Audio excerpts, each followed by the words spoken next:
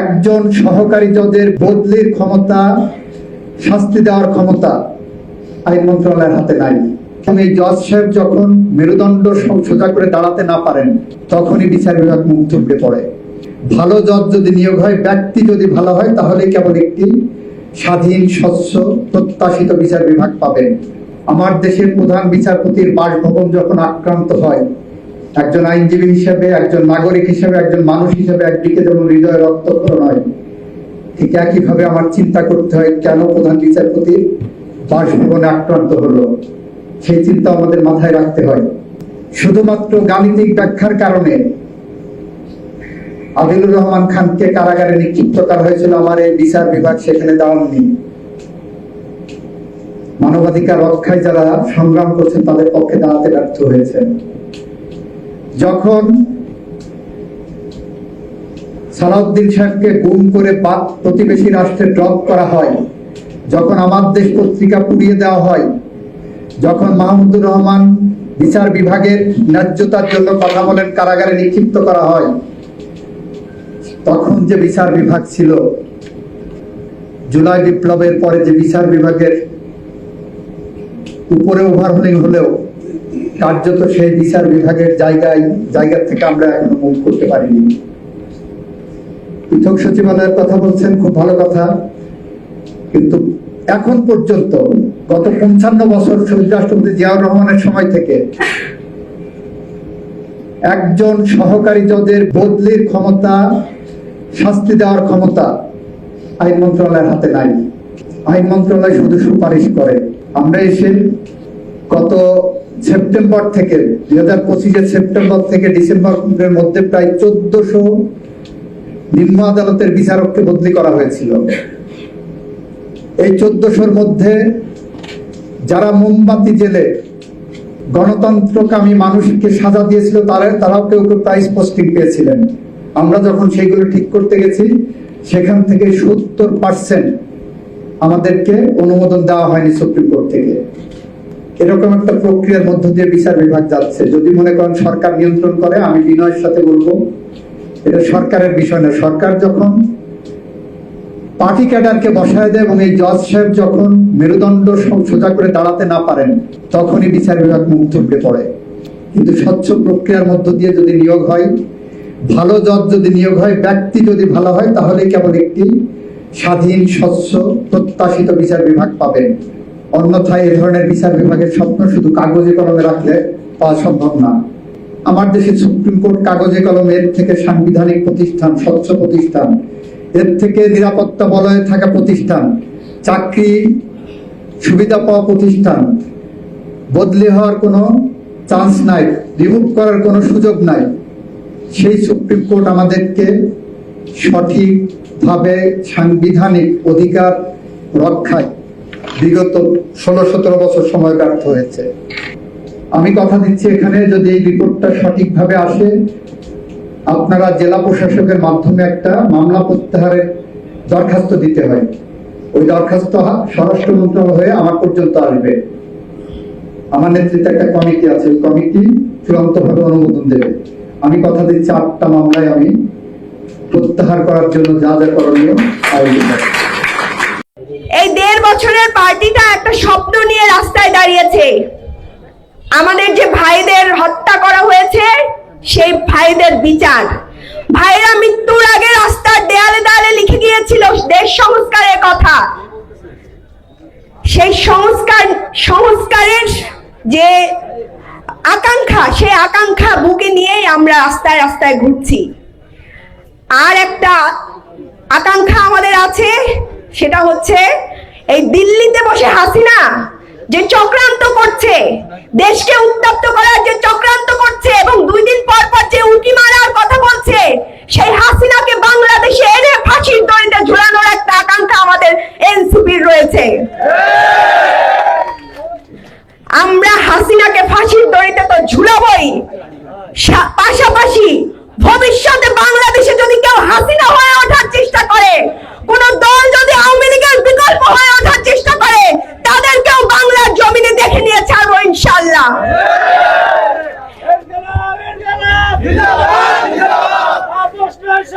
আমাদের আমাদের একজন আপসহীন নেত্রী ছিলেন বেগম খালেদা জিয়া।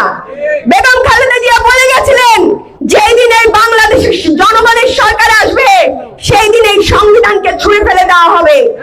আজকে আমাদের সংবিধানের জন্য লড়াই করতে হচ্ছে, অথচ তার ছেলে ওই চেয়ারে বসে আছে। মায়ের কথার ন্যূনতম গুরুত্ব তার নাই। আমাদের রাস্তায় নেমে নেমে সংবিধানের জন্য লড়াই করতে হচ্ছে। এটা জনগণের সাথে যেমনি প্রতারণা, তেমনি তার মায়ের আকাঙ্ক্ষার সাথেও প্রতারণা। তিনি তার স্ত্রীকে নিয়ে পিয়ার দেয়। পিয়ার মানে কি? এই স্ত্রীকে নিয়ে হেঁটে গেলাম, একটু ভালো বললাম, সেটা অনলাইনে সেটা নিয়ে তুমুল ঝড় তুললো। এই অনলাইনে প্রধানমন্ত্রীর স্ত্রীকে নিয়ে পিয়ার দিলে কি জনগণের কোনো উপকার হয়? কোনোদিন হয় না। এগুলো হচ্ছে নিজেদের কর্মকাণ্ড এবং নিজেদের যে ব্যর্থতা আছে সেই ব্যর্থতা ঢাকার জন্য বসে বসে এইসব কথা বলে আর এইসব পিয়ার চালায়। আমরা দেশে এমন কোন প্রধানমন্ত্রী চাই না যে জনগণের কথা বাদ দিয়ে যে বলবে স্বাস্থ্য নিয়ে আমার কোনো চিন্তা নাই, এটা উনি জানেন। এইটা কেমন কথা? এই মামলায় আপনারা জানেন যে গর্ভবতী মায়েরা চিকিৎসা পায় না, পায়। এই যে মায়েরা আছে গর্ভবতী মায়েরা এই মামলায় চিকিৎসা পায় না। এই মামলায় লবণাক্ত পানির জন্য তাদের গর্ভধারণের সমস্যা হয়। এই রকম সমস্যা বাংলাদেশে উপস্থিত আছে, তারপরে তিনি বলেন স্বাস্থ্য নিয়ে তার কোনো চিন্তা নাই। এইটা কোন প্রধানমন্ত্রী যার ব্যক্তিত্ব আছে এবং যিনি একটা দায়িত্ব নিয়ে আছেন তিনি এই ধরনের কথা বলতে পারেন না। এরপরও আমরা এগুলা নিয়ে কথা বলি না। কেন বলি না? এই প্রধানমন্ত্রী, এমপি, মন্ত্রীদের নিয়ে কথা বলতে আমরা ভয় পাই, লিখতে ভয় পাই। কিছু একটা করলেই মনে হয় একটু তোষামত করি, এতেই মনে হয় আমি ভালো থাকবো। তোষামত করে আর জীবনে ভালো থাকতে পারবেন না। তোষামত করবেন, আপনি এক যুগ তোষামত করবেন, পরের যুগে আপনার সন্তান জীবন দিবে, আপনার সন্তান ভুগবে। যার মা বাবারা এইখানে আমাদের পুলিশ ভাইরা আছে, আমাদের এই আন্দোলনে অনেক পুলিশের ছেলেরা মারা গিয়েছে না? অনেক পুলিশের ভাইরা পুলিশের সন্তান জীবন দিয়েছে। তারা কিন্তু মাথা নত করে নাই। মাথা নত করছে? আমাদের ভবিষ্যৎ প্রজন্ম মাথা নত করবে না। আমাদের এই বাংলাদেশ রক্তের উপরে দাঁড়িয়ে আছে, আবু সাইদ মুগ্ধের রক্তের উপর দাঁড়িয়ে আছে, সেই সন্তানের উপর দাঁড়িয়ে আছে যারা জীবন দিয়ে গেছে। এই বাংলাদেশকে পরিবর্তন করতে হবে এবং এই পরিবর্তনের লড়াই যদি আপনারা না থাকেন, এই শহীদরা আপনাদেরকে ক্ষমা করবে না। এই শহীদরা আপনাদের হাতে দাবি দিয়ে গেছে। আপনারা কোন দল ক্ষমতায় থাকলে তাদেরকে তোষামত করবেন না। তোষামত করে জীবনে কিচ্ছু পাবেন না। ওই একদিন ভালো থাকবেন। এই যে বলে না, এই বরাদ্দ বলেন যাই বলেন, দেখবেন যে এমপিরা 10 টাকা বরাদ্দ আনে 8 টাকা খেয়ে ফেলে, 8 টাকা খেয়ে ফেলে। এই যে দেখবেন স্বাস্থ্যের বরাদ্দ এবার বেশি হয়েছে। আমি গর্ভবতীদের জন্য ফ্রি চিকিৎসার কথা বলেছি, আমার কথা শুনবে না জানি, তারপরে আমি বলেছি। কিন্তু প্রতি বছর যেই পরিমাণ স্বাস্থ্য বরাদ্দ যায় তা দিয়ে প্রত্যেকটা উপজেলা ফেরত যায়, তা দিয়ে প্রত্যেকটা উপজেলায় আর একটা করে হাসপাতাল তৈরি করা সম্ভব। যেই পরিমাণ বরাদ্দ ফেরত যায় তা দিয়ে ধনী গরিব নির্বিশেষে বাংলাদেশের প্রত্যেকটা মাকে ফ্রি ডেলিভারি করা সম্ভব। কিন্তু এই পরিমাণ বরাদ্দ তারা ফেরত দিয়ে দেয়। বাজেটের সময় বলে যে 70 লক্ষ কোটি টাকা বাজেট দিয়েছে, কিন্তু এগুলো শুধু মুখের কথা, এগুলো কাজে কোনো লাভ হয় না। আজকে আপনাদেরকে এই জন্য বলতেছি, আমাদের ভাইরা 6টা ভাই আমার সংসদে আছে। এই 6টা ভাই সংসদে 160 জনের হয়ে কথা বলতেছে না? এই হাফেজ আব্দুল্লাহ 100 জনের হয়ে কথা বলতেছে। তাই আপনাদের দায়িত্ব আছে এরকম আমাদের ভাইদের পাশে দাঁড়ানো। আপনারা পাশে দাঁড়াই দেখেন, একবার অন্তত দেখেন। এই যে মোল্লা রহমতুল্লাহ ভাই আছে আমার, এই মোল্লা রহমতুল্লাহ ভাইরা এরা ইয়াং, এরা আপনাদের সাথে বেঈমানি করবে না। এই ইয়াং জনতা আপনাদের সাথে বেঈমানি করবে না। শাপলা চত্বর হত্যা মামলায় আমাকে নিয়োগ দেওয়ার পর আমি সবচেয়ে বেশি গুরুত্বের সাথে যে মামলাটির ইনভেস্টিগেশন এবং আমি বিচারের জন্য সবচেয়ে বেশি কাজ করেছি, সেটা হচ্ছে শাপলা চত্বর হত্যাকাণ্ড। যে আগামী সোমবার আমাদের রিপোর্ট প্রস্তুত করা হয়েছে, রিপোর্ট আমার কাছে সাবমিট করেছে। আগামী সোমবার দিন আমি বাদী হয়ে ফরমাল চার্জ ইনশাআল্লাহ আমি দাখিল করব এবং আগামী সোমবার থেকে এটা ফরমাল বিচার কার্য শুরু হবে। আমার আজকে বলতে কোনো দ্বিধা নাই, আমি গর্বের সাথে বলতে পারি যে আজকে আপনি আমাকে থামাইলেও বলবো, আপনি আমাকে থামাইতেও পারবেন না, কারণ এটা অধিকারের প্রাপ্য অধিকার সেই জিনিসটা দাবি রাখে যে আজকে শাপলা চত্বর হত্যা মামলায় আমাকে নিয়োগ দেওয়ার পর আমি সবচেয়ে বেশি গুরুত্বের সাথে যে মামলাটির ইনভেস্টিগেশন এবং আমি বিচারের জন্য সবচেয়ে বেশি কাজ করেছি সেটা হচ্ছে শাপলা চত্বর হত্যাকাণ্ড।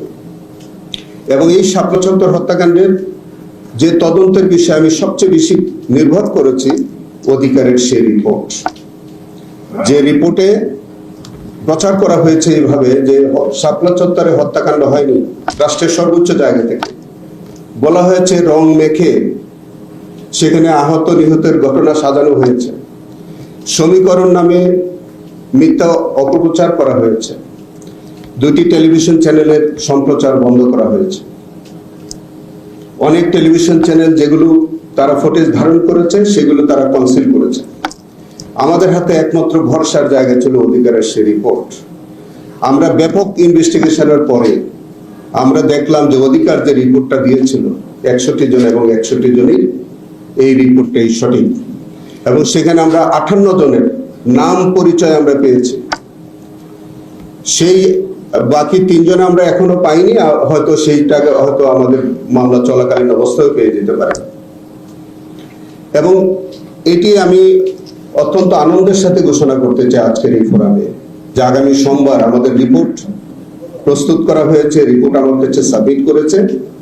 আগামী সোমবার দিন আমি বাদী হয়ে ফরমাল চার্জ ইনশাল্লাহ আমি দাখিল করব এবং আগামী সোমবার থেকে এটা ফরমাল বিচার কার্য শুরু হবে।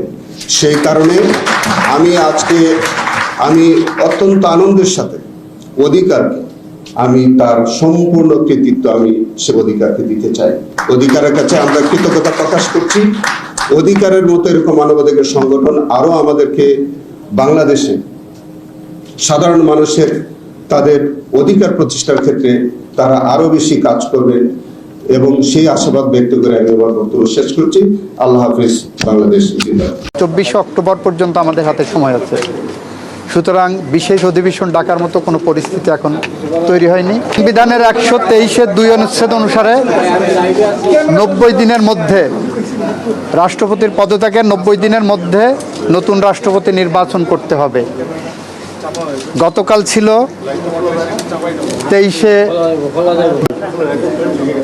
24শে জুলাই, গতকাল 24শে জুলাই ছিল। 24শে জুলাই, আগস্ট, সেপ্টেম্বর, অক্টোবর, 24শে অক্টোবর পর্যন্ত আমাদের হাতে সময় আছে, সুতরাং বিশেষ অধিবেশন ডাকার মতো কোনো পরিস্থিতি এখন তৈরি হয়নি।